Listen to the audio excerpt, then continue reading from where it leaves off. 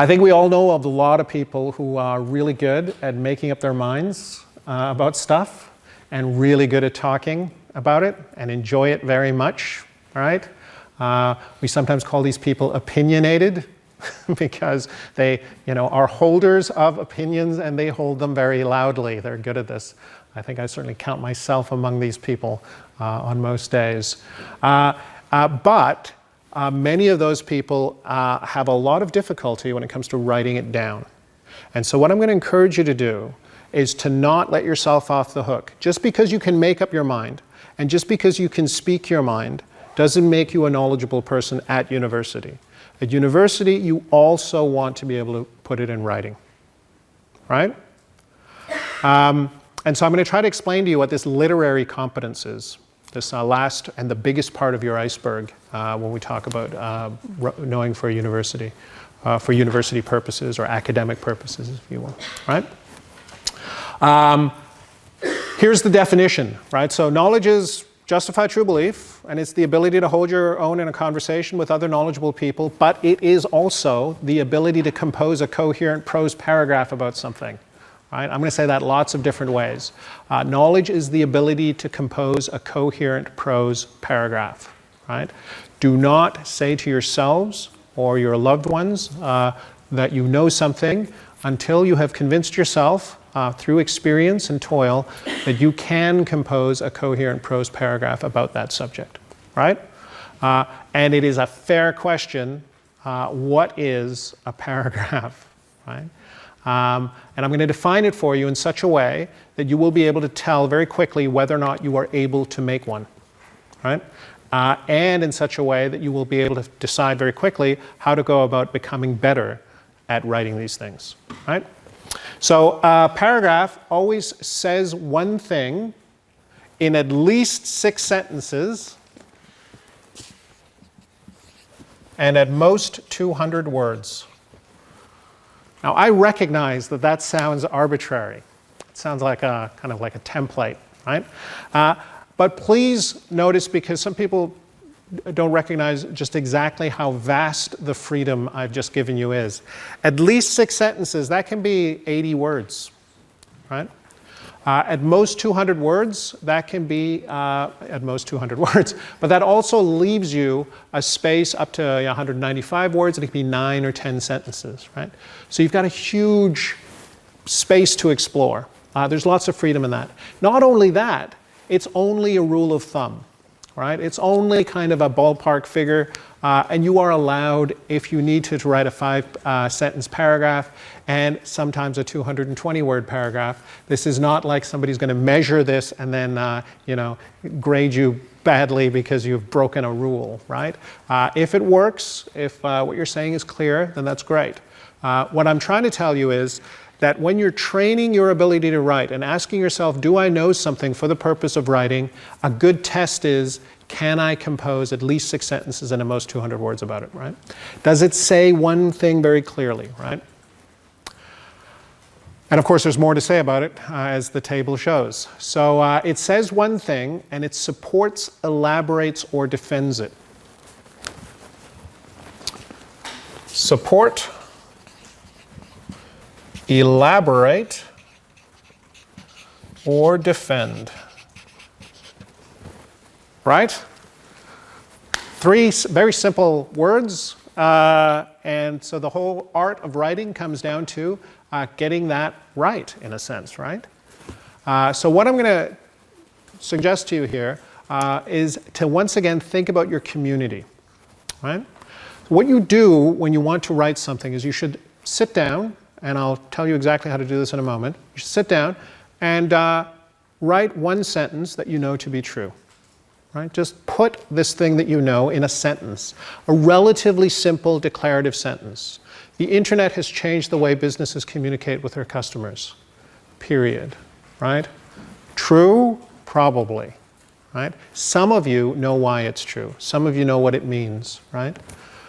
Does that make sense? That kind of sentence, a nice, simple declarative sentence. Right? Research has been dominated by 2 major theoretical developments over the last 10 years, right? Also true. probably of some of your disciplines, right? That kind of thing. Very nice, simple declarative sentences that you know to be true. Right? Innovation is the creative destruction of capital. Right? It's another one. Probably some of you recognize it. That kind of thing. So you want to be good at writing sentences like that about stuff you know, simple declarative sentences. And then you think about your reader, and your reader is another knowledgeable person, which is, say, a member of your community. So you take that sentence, and then you imagine your reader, and you ask yourself, what is hard about this? What is it about this sentence, right, that is difficult? Why is it I have to write a whole paragraph about it? Why can't I just say this one true sentence about it, right? Why isn't that enough for the purposes of discussion in my community, right? Well, because it poses some difficulty, and there's three main things that can be hard about a claim, about a statement that you make. The first thing is that it can be hard to believe, right? That's really, really common, right? That the thing you're going to say is the sort of thing one doesn't believe without some evidence, right? So your task in that paragraph is going to be to bring your evidence, right? What evidence do you have to support the claim that your paragraph is making, right? And you can easily spend the entire 165 words, 8 sentences, right, providing evidence, right? It's a great writing task. It's classic. It's a really useful one to practice. And you can do it in nice, crisp prose. Yeah? Just as common, however, is that your reader does not have any trouble believing you, but is having a hard time understanding you. The reader may find it hard to understand. And so if the reader finds it hard to understand, you are going to have to elaborate what you mean. Right? You're going to have to explain what your words mean. You might have to define them. And very often what will happen is that the reader will recognize the words and in fact understand what they mean, so that's not the problem. But because they also understand the theory or the problematic that you're writing into, the reader wants you to be a little more specific. Right? What exactly do you mean? Right? So you're going to have to establish some parameters for the application of this concept. Right? If you're going to use this model, great, we recognize the model, but we also understand that you're going to have to define your levels. Right? Does that make sense? So it's not just because the words are foreign, it's because they set up a problem that the reader understands. That can be one thing. Or it can be something quite straightforward, like you have observed a particular kind of company that has a particular kind of product, and your reader doesn't really know very much about that product. So you're just going to explain to the reader how the product works, right? Or how the practice works, right? Or you're going to say when the company was founded, right? And none of those things are things that the reader is having a hard time believing. It's just something the reader wants to understand. So your posture, your rhetorical posture in that paragraph is one of explaining what you mean, right? It's not one of giving reasons to believe, right? And keeping those two projects separate is a quite useful thing to do when you're writing. Just really decide, what am I practicing how to do? Am I practicing how to support with evidence, or am I practicing elaborating my meaning, right? And then there's the third one, which I think is probably the most interesting one. You decide what you want to say, you think about your reader, and you realize that your reader has already thought about this themselves and has already made up their mind on this point, has an opinion of their own, right? And it's not yours. It's the opposite of yours. So you're going to have to spend this paragraph defending your claim against the objections of the reader, right? So the reader is having a hard time agreeing with you. That's the difficulty that the reader faces. The reader now knows what you want to say, and he's saying, I'm having a hard time granting your point, sir, or madam. Right? Does that make sense? So you've got these three different modes. The last one, I want you to keep a firm eye on this word defend, because it's not attack. Right? You're not attacking your reader's point of view. You're defending your own. And the reason for this is very easy to think about when you think about your own opinions, your own beliefs, right? Especially the ones that you formed based on some study, right? Because if we take any one of your beliefs, right, that you're serious about, and give me 1 minute to try to dismantle it, none of you are going to expect me to succeed if I only have 1 minute. And 1 minute is exactly how long it takes to read a paragraph, right? It takes about a minute to read 200 words. So if I've given you a paragraph's worth of my attention, I've given you a minute of my attention, and in that minute, I'm not going to let you completely change my view of the world. I'm going to let you defend your view of the world, right? But we just don't have time to change my mind, right? So keep that in mind when you're writing, right? That's part of your rhetorical posture, is that you have 1 minute of your reader's attention. Use it wisely, right? And don't be too ambitious with it, right? Good so far? There's some people who would like examples of this. I understand that. Suppose I said there's an elephant in the lobby, right? You might find that hard to believe.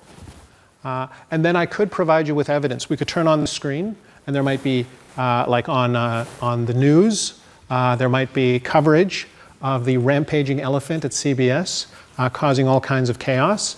I might ask you to listen to the noise of the elephant. And if I add all these things up at some point, maybe you will be convinced that there is, in fact, an elephant in the lobby, right? So I could provide you with evidence.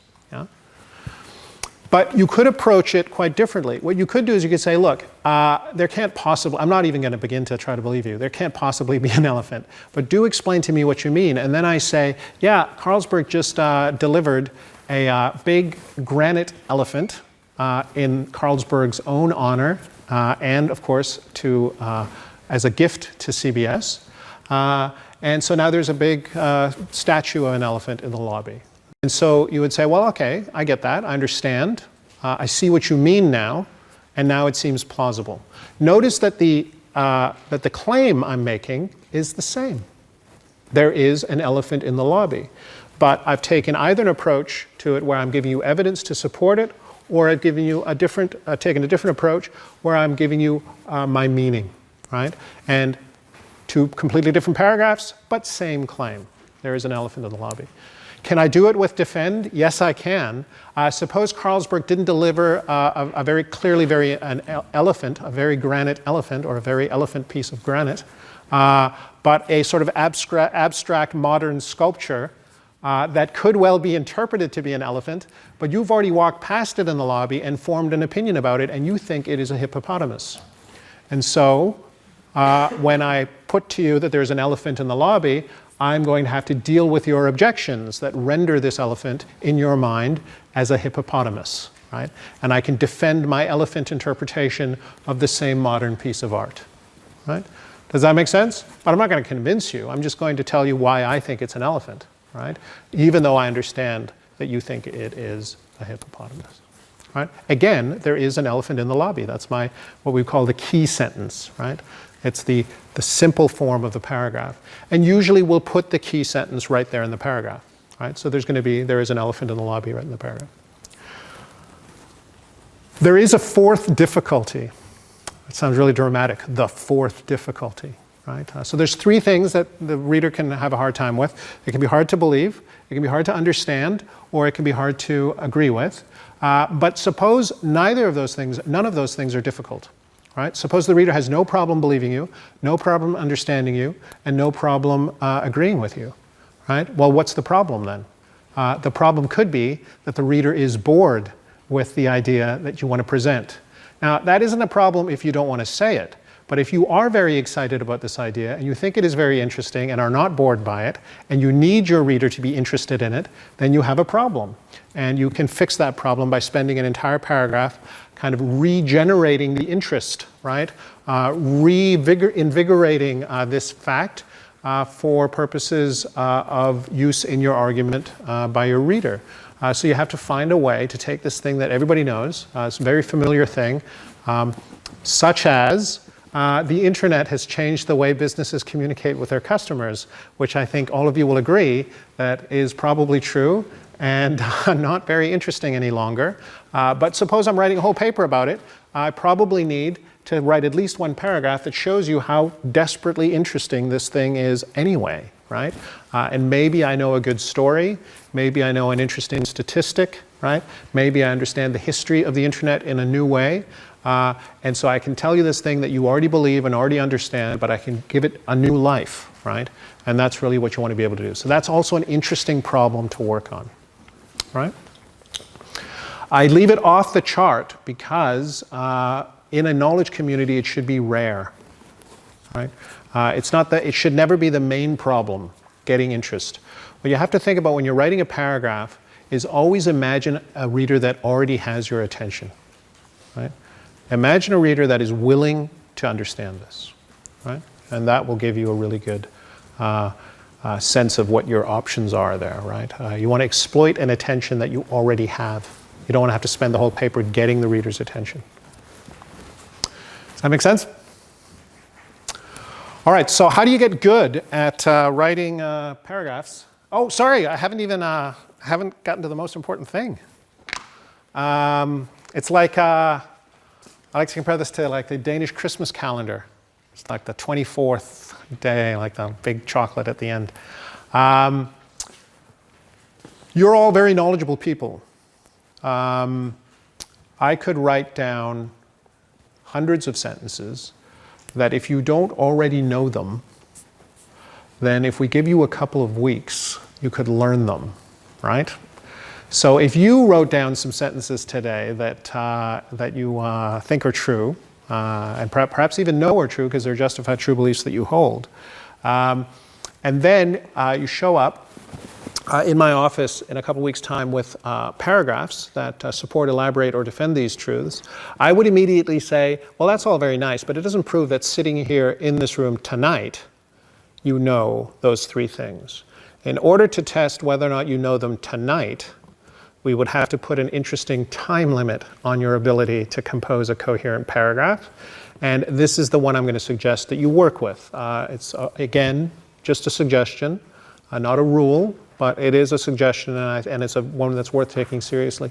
If you know something for academic purposes, you are able to compose a coherent prose paragraph about it, of at least 6 sentences and at most 200 words, that says one thing and supports, elaborates, or defends it in 27 minutes. 27 minutes.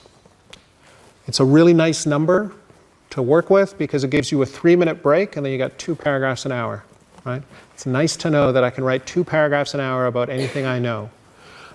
Some of you will feel that that's a long time and too much time, and you will be the kind of person that decides I write 18-minute paragraphs with 2-minute breaks, 3 paragraphs an hour. It's also really nice to know. It's a nice competence to know you have, right?